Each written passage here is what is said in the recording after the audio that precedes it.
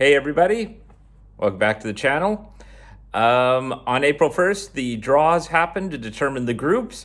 I figured I'd take a bit of time to discuss my views on the particular groups, which one was a group of death, which one's maybe going to be fairly light. But first, I just want to mention that now that the draws have been finished, there's still a few qualifying games to go, but I think there's only 3 left. Qatar has put out the schedule for the games. Now, in the group stages, they're planning to run up to 4 games a day. And the timings, I believe on the first day, maybe most of the days, were 1 p.m., 4 p.m., 7 p.m., and 10 p.m. Now, that's pretty good in terms of being able to get to more than 1 game in a day. However, that will not be enough time for you to get to a game if it is the game right after one. So, if, for example, you're going to a 4 o'clock game, there's no way you're going to be able to get to the 7 o'clock game. You'll be able to get to the 10 o'clock game, no problem. Similarly, if you have tickets for the 1 o'clock game, you can forget about going to the 4 p.m. game. You can go to the 7 p.m. or a 10 p.m. game because you're looking at best an hour in between those games. So the 1 o'clock game will end around 3. And from there, you got to somehow get out of the stadium, get to the next stadium, get through all security and get in. It's not going to happen. So you're probably looking at best being able to see 2 games a day. If you can get tickets. Tickets are already selling like crazy. I think many games are already sold out. But you can try FIFAtickets.com and, go check it out, see if you can get something. At the moment, I don't have any. I'm going to try again tomorrow when another wave opens. Friends are going to be trying. I hope to see the Canada games. We'll find out. So anyway, let's get to the groups. Group A, which is, of course, the host, Qatar, as well as Ecuador, Senegal, and the Netherlands. All in all, I think for Qatar, it could have been worse. I mean, you could have had, I think, a stronger pool coming out in that group. A lot of people aren't that familiar with Qatar as a football team, but actually the current Qatari team is fairly solid. I mean, I think they're ranked around 50th in the world at the moment. They've won the Asia Championships before. They came in semifinals at the Arab Cup, went on to become 3rd. So, it's not as much of a walkover as a lot of people are expecting from a small country in Asia. That said, they're not what I would consider a mid-level South American or European team. In fact, Qatar, I believe, had the opportunity to play the Copa America back in, I think it was 2020 and maybe 2019, 2020. And yeah, they didn't win a single game. I think their best chance was against Paraguay. And they may have drawn or it was a very close game, but that was it. So playing against Ecuador is going to be tough. You're going to have to hope they get a bit lucky on that one. Holland, I'm pretty sure everyone will just assume the Netherlands will just walk over Qatar. Senegal, don't know much about. They beat Egypt, though, right? Yeah, that was the team that beat Egypt to qualify. So that's pretty solid, too. So Qatar's going to have to probably do really well, maybe get a couple of breaks to be able to progress. Otherwise, it's definitely looking like the Netherlands and then a toss-up between Ecuador and Senegal who will get through. Now for Group B, you have England, Iran, America, and then a European playoff. So I think Scotland, Wales, or Ukraine are all a possibility. That's going to be an interesting group, especially America versus Iran. Now, Qatar is fairly close to Iran. There is, however, no ferry or anything between them to cross the Gulf. But that said, I still expect a lot of Iranian fans are going to be there. It's going to create a bit of tension having America versus Iran. In fact, England will probably just sit back and just wait and see what's going to happen. Again, I assume everyone figures England will top this pool, and then it's going to be a toss-up between America and Iran. Iran is no slouch either, did quite well in Asia qualifying. Group C, we have Argentina, Saudi Arabia, Mexico, and Poland. Saudi Arabia's got a tough hill to climb if it's going to qualify to the knockout stages from this. I mean, Argentina and Mexico are very solid teams. I think Mexico pretty much always makes it through the group stage. I think, don't they have like kind of a curse? They always make it through the group stage and then always lose in the round of 16 for some reason. Poland, don't know much about where they kind of stand in terms of European league. They might be pretty solid too. Saudi is definitely the outlier on this. So I'm going to guess it will likely be Argentina, followed by a fight between Mexico and Poland for the second spot. But unfortunately, Poland's facing a Mexican team that really has an ability to get through the group stages and pretty much always seems to go to the round of 16. So probably Argentina and Mexico.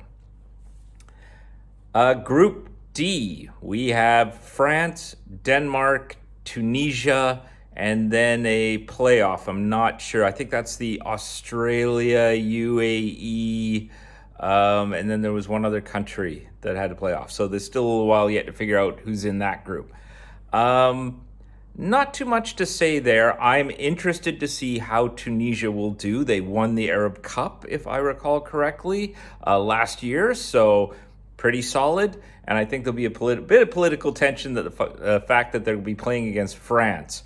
Denmark, another small country, but yet sometimes in these tournaments always performs well. And then I'm betting the group is hoping that Australia does not get through because Australia can also be a very solid team. So I'm going to go with probably France, and a very solid Tunisian team is going to get through to the knockout stage.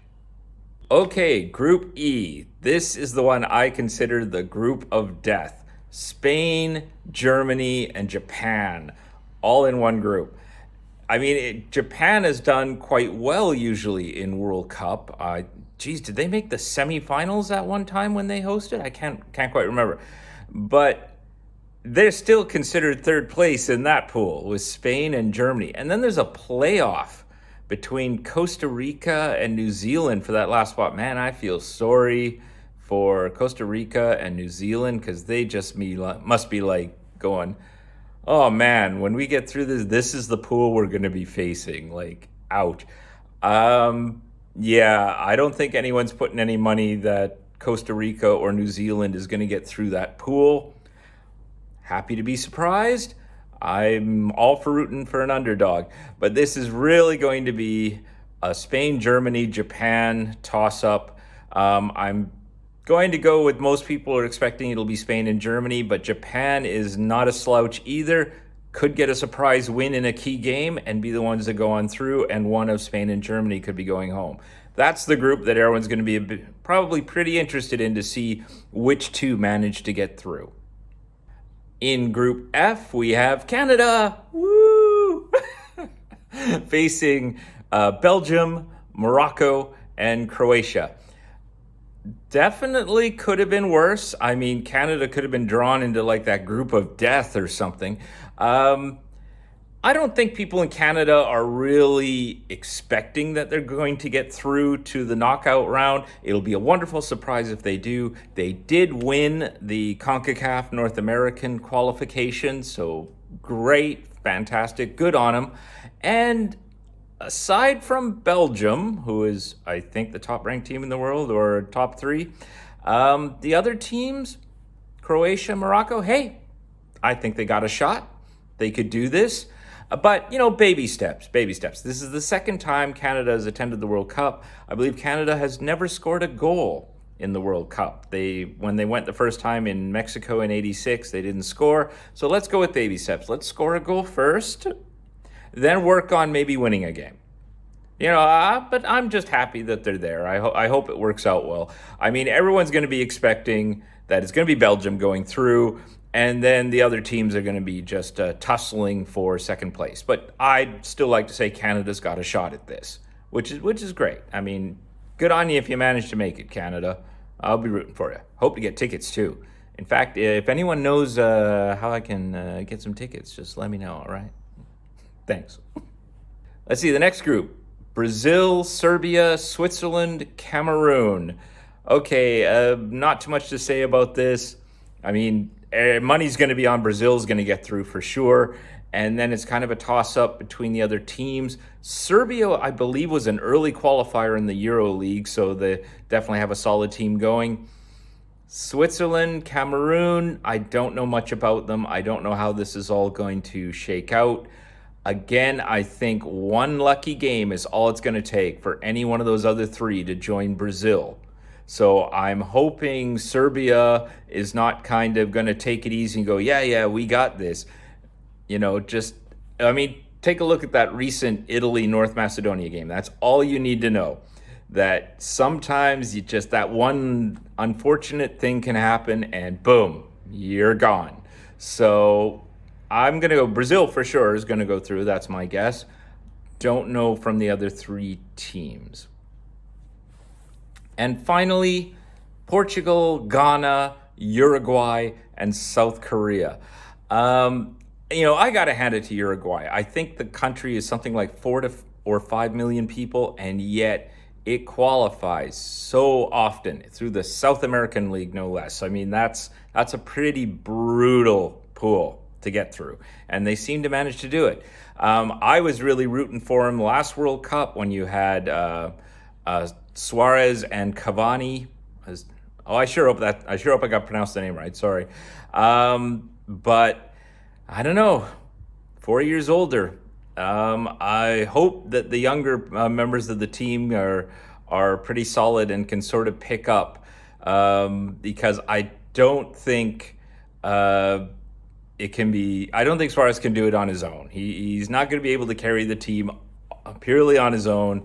But we'll see. Uruguay always amazes, always seems to do well. So rooting for him.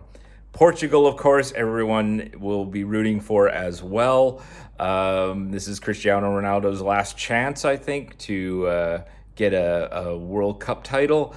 But South Korea are also a pretty solid team, at least usually, from what I recall, in Asia qualifying. And Ghana, don't know much about the African League, but the fact that Ghana can qualify and countries like Egypt didn't means they've got a decent shot as well. So I'm going to go with Uruguay and Portugal on this, but I expect South Korea could pull a surprise upset and get through. So with that, that's my views on it. Feel free to let me know what you think. I'll definitely go back to this video after the World Cup and kind of see how I did. And not that I made solid predictions about every single pool. I mean, many of these countries, I don't really know much about the teams and how it's going to work out. But I'm looking forward to it. Trying to get tickets. Hope you got your tickets. And hopefully see you at the World Cup. Talk to you later.